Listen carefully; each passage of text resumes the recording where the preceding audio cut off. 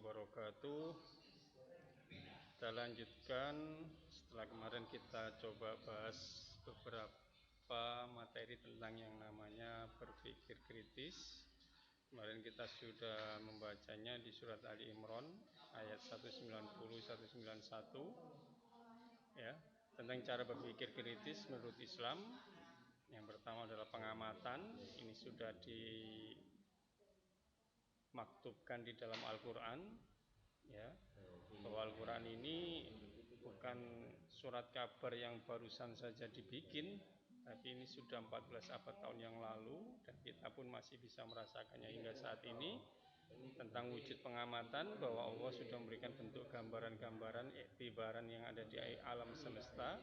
Yang dicontohkan di sini adalah samawati wal ard, jadi penciptaan langit dan bumi ini ya, sesuatu hal yang mustahil bagi manusia untuk melaksanakan atau menciptakan sesuatu yang manusia tidak akan sanggup melakukan itu. Makanya di sini Allah sudah memberikan bentuk gambaran bahwa sesungguhnya dalam penciptaan, di sini adalah al-khalqi ya, itu adalah penciptaan langit dan bumi, itu adalah sesuatu yang memang sudah dinaskan di dalam Al-Quran, bahwa yang menciptakan, yang mampu menciptakan adalah al-khaliq. Al-khaliq itu tidak lain adalah Rabbun itu sendiri kalau kita artikan adalah sebagai yang memang murabbi atau yang melindungi, bahkan menciptakan. Wahtilafil laili wan nahari, juga pergantian antara malam dan siang itu juga sesuatu fenomena, bukan yang dianggap bahwa itu adalah suatu kebetulan, bukan. Itu semuanya adalah sesuatu yang memang sudah diciptakan oleh Allah ya.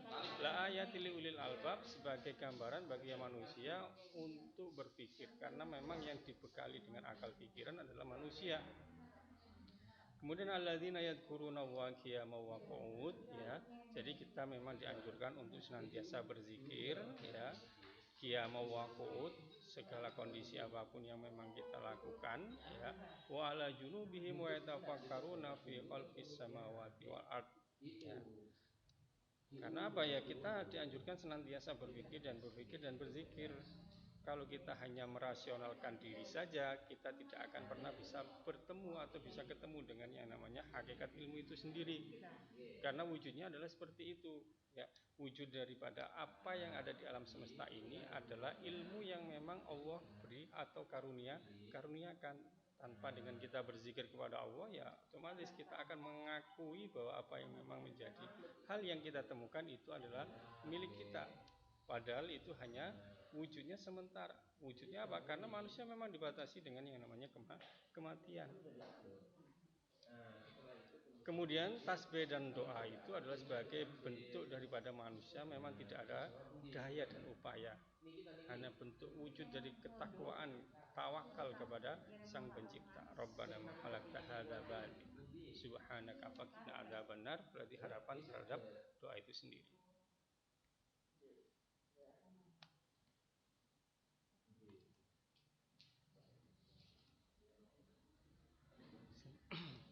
Selanjutnya kalau kita artikan tadi ya sudah jelas, kemudian manfaatnya juga kita sudah terangkan dengan yang namanya dalil tersebut ya. Kemudian wujud yang bisa kita lakukan adalah sikap dan perilaku terpuji dari berpikir kritis ya.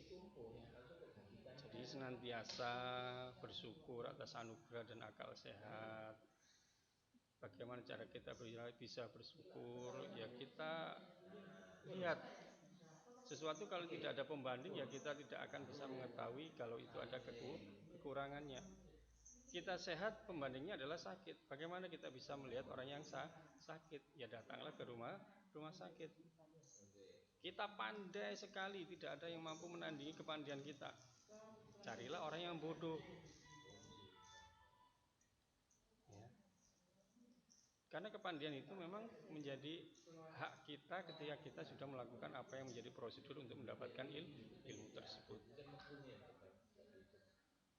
Jadi bersyukur itu harus kita munculkan wujud daripada pembandingnya. Kemudian senantiasa bersyukur atas anugerah alam semesta bagi manusia ya. itu kita bandingkan, kita hidup di Indonesia, ada teman kita yang hidup di negara lain dengan kondisi yang memang berbeda secara alam. Kita bisa menikmati dua iklim itu sudah nikmat sekali. Bayangkan ke teman-teman kita yang memiliki sampai 4 iklim dalam kehidupannya, dan mereka pun akhirnya mendapati kehidupan yang tidak semestinya mereka hadapi. Melakukan kajian-kajian terhadap ayat Al-Quran ya secara mendalam bersama para pakar di bidangnya masing-masing, kita akan bisa mengetahui begitu luas samudera daripada ilmu Al-Quran. Menjadikan ayat-ayat Al-Quran sebagai inspirasi dalam melakukan penelitian-penelitian ilmiah, ya salah satu yang fenomena adalah menemukannya jasad Fir'aun.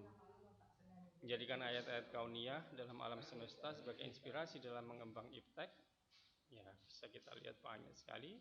B.J. Habibie bisa menciptakan yang namanya atau mengembangkan yang namanya teknologi pesawat. Ya salah satunya beliau seringkali membaca Al-Quran, kemudian menemukan ayat-ayat kauniyah alam semesta. Dia melihat yang namanya bagaimana burung bisa terbang dengan kondisi yang sedemikian rupa, akhirnya diwujudkan dengan yang namanya ilmu pengetahuan. Mengoptimalkan pemanfaatan alam dengan ramah dan kepentingan umat manusia juga seperti itu. Karena alam semesta ini wujudnya adalah sebagai pelengkap dalam kehidupan manusia. Membaca dan menganalisa gejala alam untuk mengantisipasi terjadinya bahaya juga seperti itu. Kita sekarang sudah itu nikmatnya ya, ketika akan terjadi yang namanya bentuk kayak banjir itu ya kita bisa antisipasi dengan yang namanya berperilaku baik terhadap yang namanya lingkungan, senantiasa berpikir jauh ke depan dan semakin termotivasi untuk menjadi orang yang visioner. Hadis riwayat Abu Nuaim juga menunjukkan bahwa berpikirlah tentang ciptaan Allah, tetapi janganlah kamu berpikir tentang zatnya Allah. Ya secara logika sajalah, kita tidak mungkin ya kita menciptakan seorang robot. Tidak mungkin robot itu mengutak-atik penciptanya. Kita menciptakan sepeda, kemudian tidak mungkin sepeda itu bisa mengetahui siapa penciptanya. Dalam tanda kutip bahwa Allah menciptakan segala alam semesta ini, ya, itu semuanya sudah tertulis atau sudah terrentet. Ya, makanya kita dianjurkan berpikirlah tentang ciptaan Allah, tetapi janganlah kamu berpikir tentang zatnya Allah.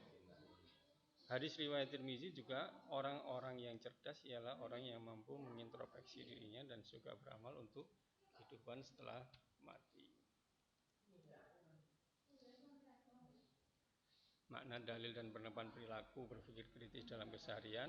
Secara dalil, ya mengamati ciptaan Allah sebagai bukti kekuasaannya, memikirkan ciptaannya Allah Subhanahu wa taala dan memanfaatkan waktu dan introspeksi diri. Kemudian perilaku aktif dalam pembelajaran di kelas, mengikuti diskusi secara seksama, menganalisa ayat-ayat kauniyah Allah. Hikmahnya ya memahami rahasia dan hikmah keajaiban dari penciptaan alam semesta, mengingatkan keimanan kepada Allah, mensyukuri anugerah Allah berupa akal sehat, mampu mengendalikan yang namanya hawa nafsu. Demikian uraian yang bisa saya sampaikan tentang yang namanya berpikir kritis dalam keseharian. Jadi kalian bisa mengaplikasikan dalam kehidupan kita, bahwa dalam kehidupan kita senantiasa masih dalam koridor yang memang diberikan oleh Allah. Demikian yang bisa kami sampaikan ya, semoga bermanfaat dan kalian bisa melakukan dan menganalisa tentang apa yang menjadi petunjuk dari Allah dari surat Ali Imran tadi ya. Saya tutup dengan doa penutup majelis. Subhanakallahumma bihamdika asyhadu an la ilaha illa anta astaghfiruka wa atubu ilaik. Assalamualaikum warahmatullahi wabarakatuh.